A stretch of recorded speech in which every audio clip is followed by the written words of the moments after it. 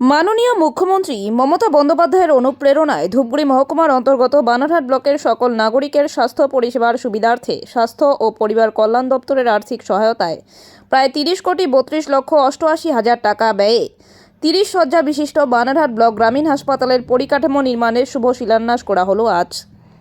শুভ শিলান্যাস অনুষ্ঠানে উপস্থিত ছিলেন ধূপগুড়ির বিধায়ক ডক্টর নির্মল চন্দ্র রায়, ধূপগুড়ি মহকুমা শাসক পুষ্পা দোলমা লেপচা, ধূপগুড়ি মহকুমা হাসপাতালের বিএমওএইচ অঙ্কুশ চক্রবর্তী, বানারহাট ব্লকের সমষ্টি উন্নয়ন আধিকারিক, বানারহাট থানার আইসি বিরাজ মুখার্জি সহ বিশিষ্টজনেরা।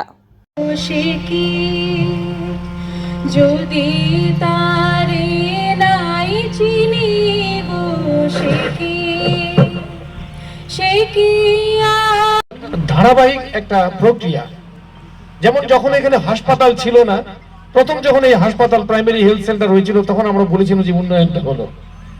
এই যে এরপরে যখন ডাক্তারবাবু বলছিলেন যে উনি একটা উন্নয়নের সাক্ষী, যখন এখানে কয়েকটা বেড যখন চালু হয়ে গেল একটা উন্নয়ন হয়ে গেল। আজকে যখন এটা পিএসসি হয়ে গেল, প্রাইমারি হেলথ সেন্টার হয়ে গেল, তখন একটা উন্নয়ন হয়ে গেল। আজকে এটা হয়ে গেল রুরাল হসপিটাল, এটা একটা উন্নয়ন হয়ে গেল। আবার তার সাথে সাথে এখানকার মানুষের একটা বিশাল একটা দাবি ছিল অনেকদিন থেকে, আমরা শুনে আসেন যে আমাদের বানারহাটকে আলাদা ব্লক করতে হবে, কারণ আমাদের ধূপগুড়ি যেতে হয়, ব্লকের বিভিন্ন কাজে অনেক দূরে যেতে হয়। তারপর 2021 সালে যেটা ম্যাডাম বললেন, 2021 সালে আমাদের বানারহাট ব্লক হয়ে গেল, একটা উন্নয়ন হয়ে গেল। তারপরে আমাদের ধূপগুড়ি সাব ডিভিশন হয়ে গেল, মহকুমা হয়ে গেল, আরেকটা উন্নয়ন হয়ে গেল, মহকুমা হাসপাতাল হয়ে গেল, আরেকটা উন্নয়ন। এবার সেগুলোর যখন আমাদের পরিকাঠামোর যখন ডেভেলপমেন্টটা হবে, আমরা দেখব যে আমাদের বানারহাটের মানুষকে যেমন মালবাজার ছুটতে হচ্ছে আর ছুটতে হবে না, ধূপগুড়ি একেবারেই পাশে যেতে পারবেন। এখানে প্রাথমিক যেটা আমাদের রুরাল হসপিটালের যে সুযোগ সুবিধাগুলো, সেগুলো আপনারা এখানে পেয়ে যাচ্ছেন। আর আমি শিলান্যাসটা হলো, তাতে কি কি সুবিধা থাকবে এবং কতদিনের মধ্যে কাজ হবে, আর এখানকার চা বাগান অন্যান্য হাসপাতাল যেটা ছিল না সেটাতে কি কি মানে সুবিধাটা কি কি পাবে অ্যাকচুয়ালি? প্রথম কথা বলি যে আজকে যে শিলান্যাস হলো সেটা হচ্ছে আমাদের বানারহাট রুরাল হসপিটাল, গ্রামীণ হাসপাতাল।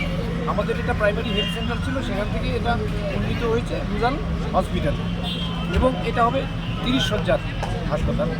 এবং এখানে যে টাকাটা স্যাংশন হয়েছে সেটা হচ্ছে 30 কোটির উপরে, 30 কোটি 70 লক্ষ এরকম একটা টাকা।